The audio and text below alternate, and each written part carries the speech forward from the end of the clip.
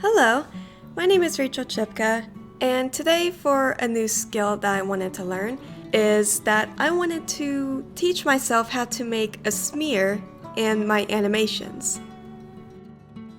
So before I get into my animation that showcases the usage of a smear, I would like to discuss what a smear is.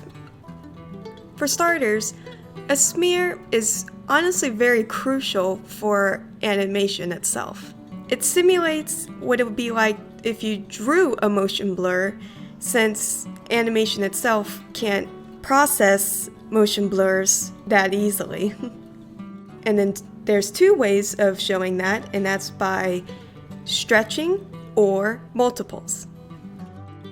Animators usually would use a smear to give a more feel for how the motion will carry out from the character or the object itself.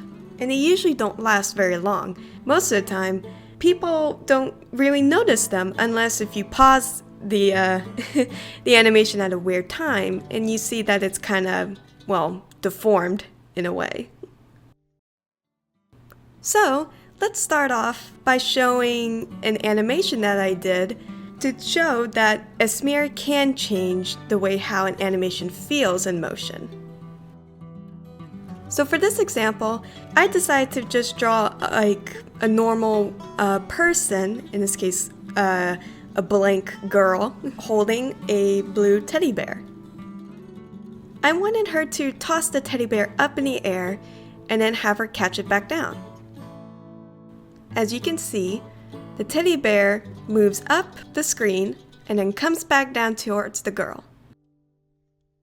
As you see that I'm pausing between this video itself for this animation, you see that there's nothing strange going on with how the form of the teddy bear or the girl is. It all looks pretty normal, right? Well, this is what animation would look like without a smear. So, let's try this again, but this time using the technique of smears.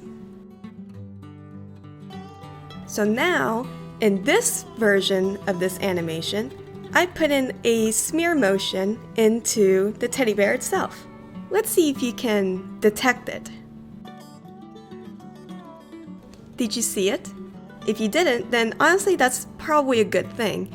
You don't really want to have the audience see your smears heavily, but it should feel as if there's more character to how the teddy bear moves in the air. But if you pause it during these frames here, you can see I stretched out the teddy bear when it went up in the air. See how it's very long? And then when it leaves the screen and it comes back, it's more blocky and stretched out to show it's coming back down a lot faster.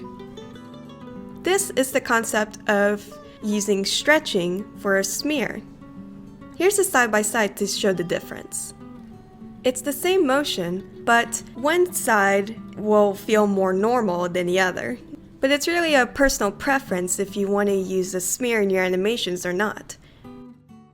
I've always wanted to learn how to make a smear since I started to make animations, but I never understood the concept of it, until now.